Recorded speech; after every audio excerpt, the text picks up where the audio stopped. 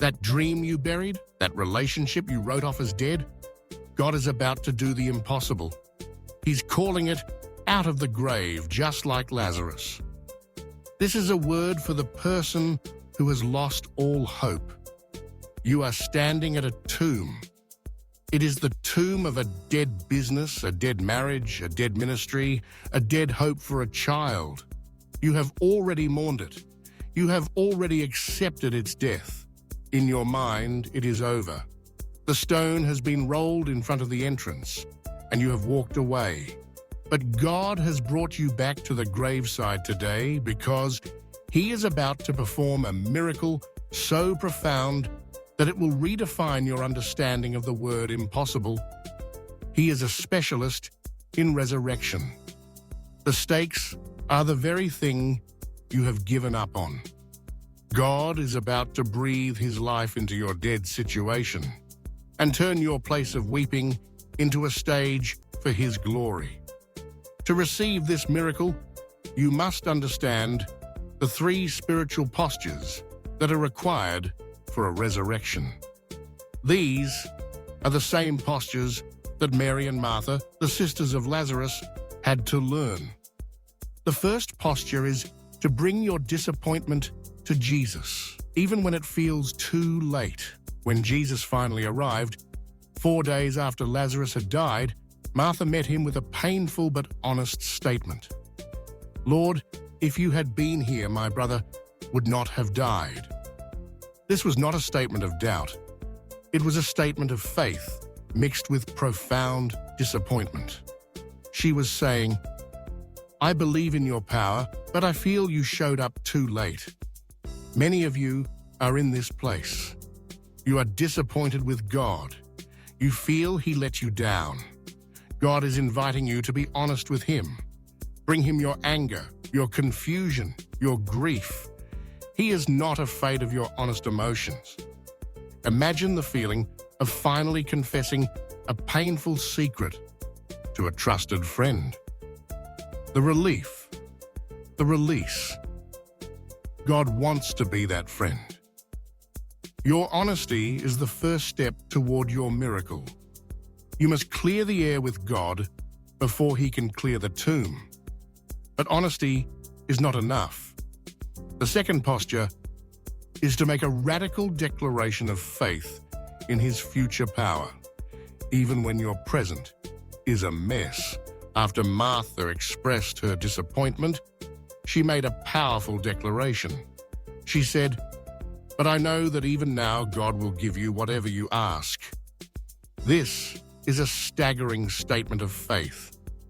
She was saying, even though it looks impossible, even though by all human standards it is too late, I still believe you are the God of the impossible.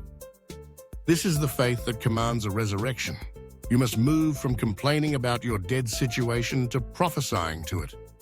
You must look at your dead business and say, "But even now, I believe God can resurrect you." You must look at your dead relationship and say, "But even now, I believe God can breathe life into you."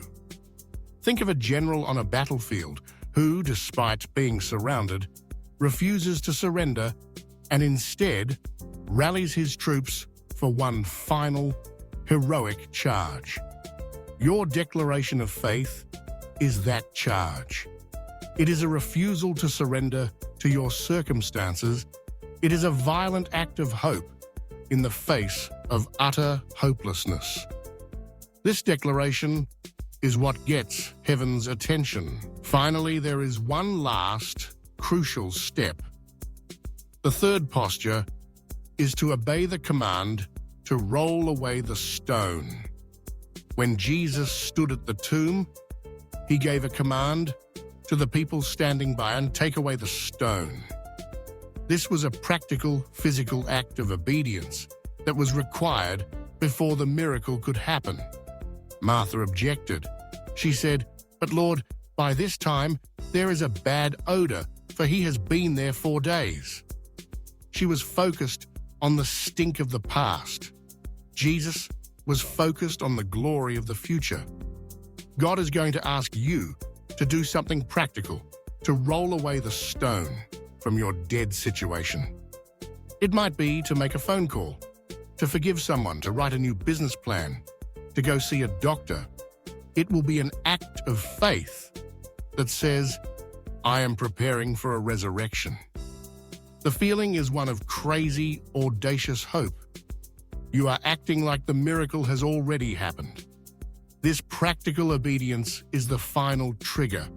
It is you partnering with God to create the environment for the miracle.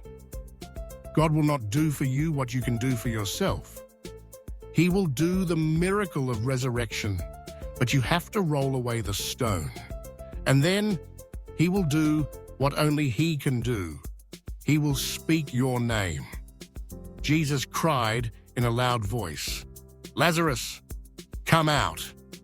He is standing at the tomb of your dead situation today, and He is about to speak its name. He is calling it from death to life, from darkness to light, from the grave to glory. What you have buried is about to walk again. This Lazarus miracle will not be a secret. It will be a public display of God's power that will cause many to believe. Your greatest tragedy is about to become your most powerful testimony. Get ready. The stone is about to be rolled away. If you are believing for a Lazarus miracle, subscribe and join a community of faith that believes in the God of resurrection. Your miracle is coming forth.